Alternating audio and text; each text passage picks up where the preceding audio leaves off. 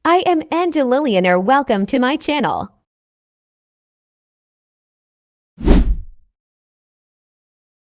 Ang gagawin natin ngayon ay modern Maria Clara, then with Filipiniana sleeves na overlap. With train yung likod ng ating Maria Clara, kaya ang gagawin natin para maganda yung flow sa likod, gawin nating bias cut yung sa likod. Fold tayo ng bias tapos doon tayo mag pattern. Yung una natin iguhit na pattern ay sa harapan. Usually kasi hindi na ako gumagamit ng pattern. Yung tela na mismo ang ginagawa kong pattern, yung pinakamalaking portion, yun ang ginagawan ko ng pattern. Diretso na yan yung sa harap, pati sa likod. Yung sa likod, kasi bias siya, dun ko ginagawa yung pattern sa harap. Kung mapansin nyo yung mga label tapos mga arrow instructions yan, kung paano ko kinukuha yung pagsukat, paano ko siya ginagawa sa pag-pattern. Isahang pattern na yan para sa likod at sa harap, madali na siyang gagawin. Ang tela na ginamit ko dito ay Japan Jose. Yung tela kasi, malaking impact siya sa gagawin natin na project kasi dapat babagay siya sa mga design na ginagawa mo. Ito yung Maria Clara, dapat hindi siya flowy. Kaya ang ginagamit ko dito ay Japan Jose para medyo stiff siya. Tapos hindi na maglagay ng patigas. Naka-form pa rin yung sleeves. Saka yung katawan bagay sa kanyang design. Pag ginagamitan kasi ito ng flowy na cloth, iba yung dating ng kanyang kabuoang resulta.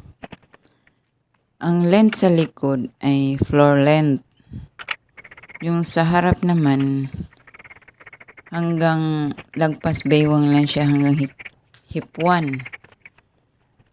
Kung napansin nyo, ang pagkakat dyan sa likod ay mataas kasi may train siya sa likod.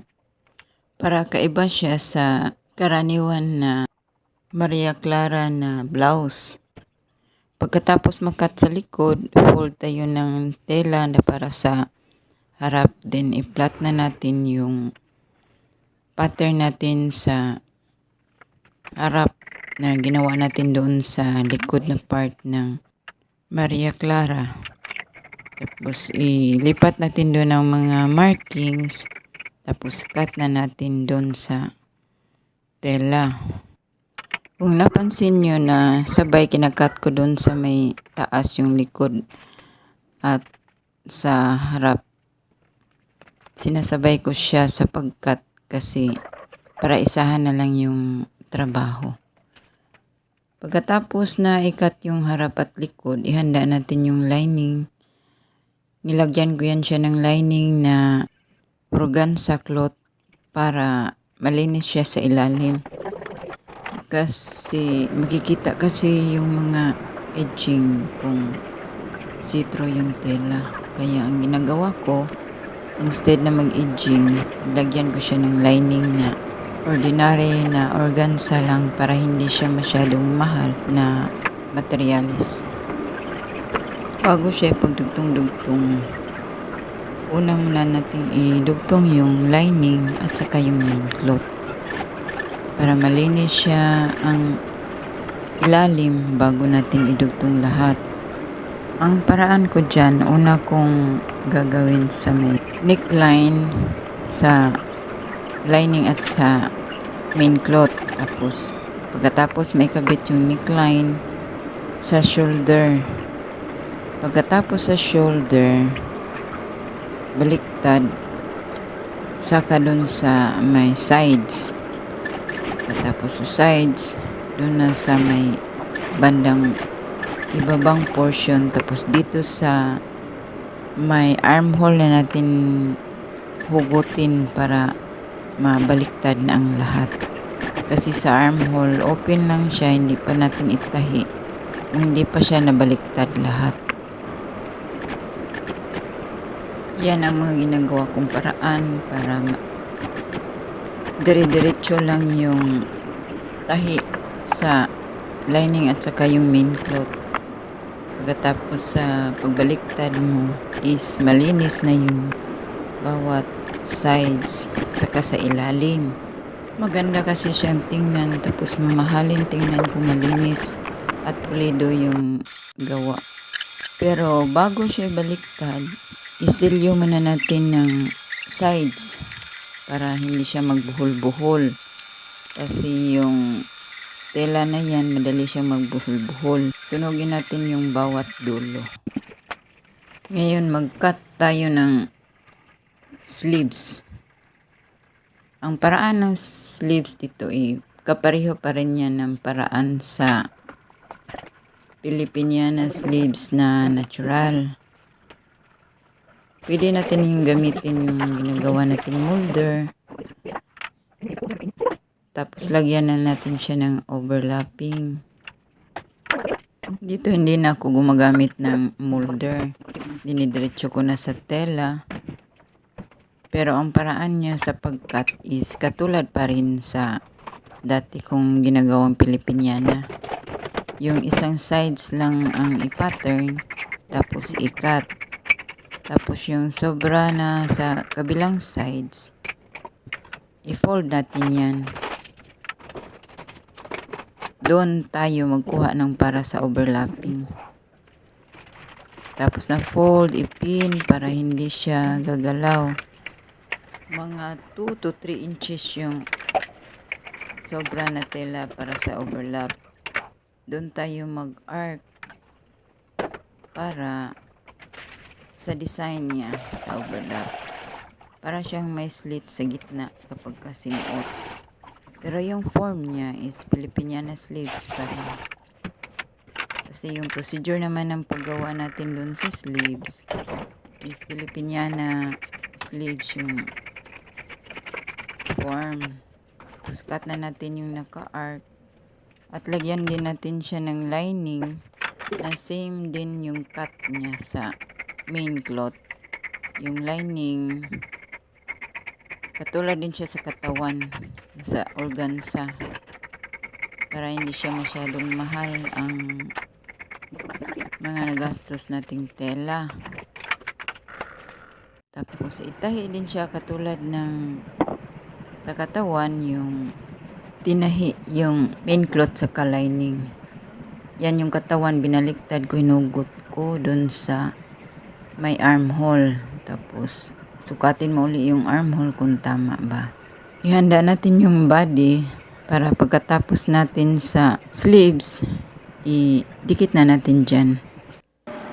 Yung sleeves, itay muna natin yung lining saka yung main cloth para idugtong natin pagkatapos.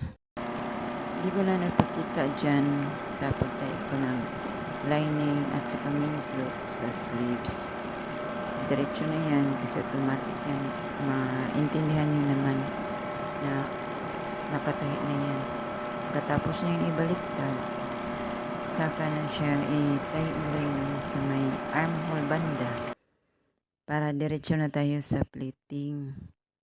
Ka-pleats, hindi siya maghiwalay ang lining at saka main cloth.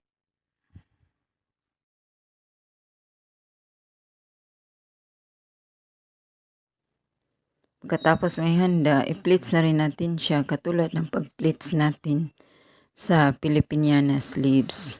Kapareho lang talaga yung procedure niya sa karaniwan na ginagawa nating Filipiniana sleeves. Dito makikita nyo hindi na ako gumagamit ng molder.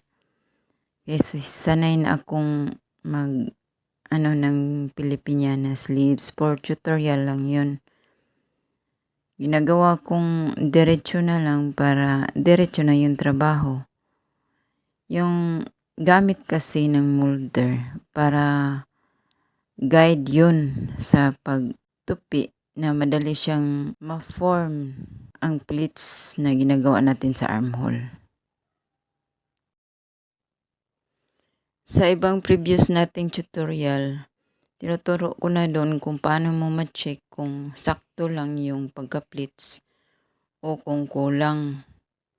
Para pagka nalapat na siya sa armhole, tamang-tama lang yung form niya doon sa armhole.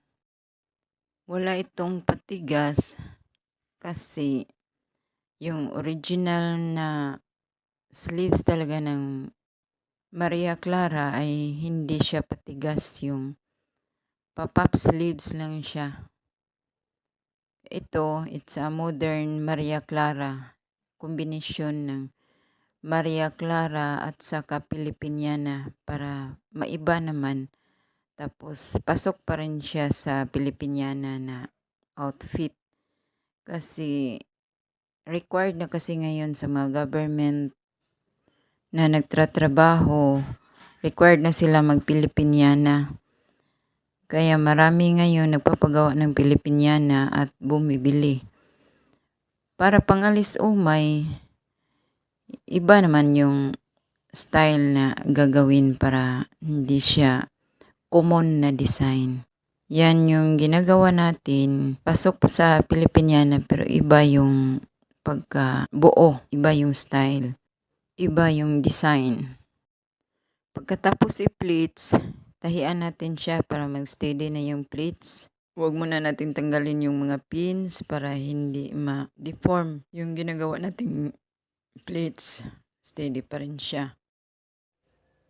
Pagkatapos tahiin, mas maganda kung i-plancha siya para makita na yung form ng sleeves. Yung mga sides, tapos yung pleats, daanan natin siya ng plancha.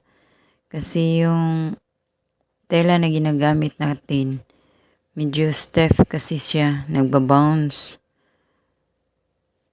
Kaya mas maganda kung i-plancha siya bago ikabit sa armhole. Pagkatapos plancha, ikabit na natin siya doon sa armhole.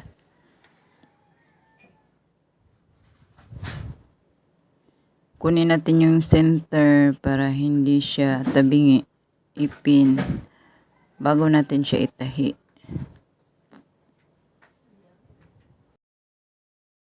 Pagkatapos natin i-join yung body saka yung sleeves, sunugin natin yung dulo para ma-seld yung mga tela para hindi siya magbuhol-buhol, hindi din siya sakit ang dulo kapag lumagpas sa piping natin. Pagkatapos siya sunugin yung piping, i-attach na natin para protection din sa mga tela na masakit, hindi siya makakatusok sa balat, lalo na sa kilikili kasi manipis yung balat natin sa kilikili. Yan, malinis yung armhole kapag may piping siya. Ito na yung finished product. Yan sa harap, hindi siya bias. Tapos sa likod, mataas siya sa likod hanggang floor. Tapos yung sleeves, ganyan siya ang pag-ayos sa sleeves. Para lang siyang Maria Clara din, Filipiniana nga sleeves. Hanggang sa susunod, maraming salamat. God bless.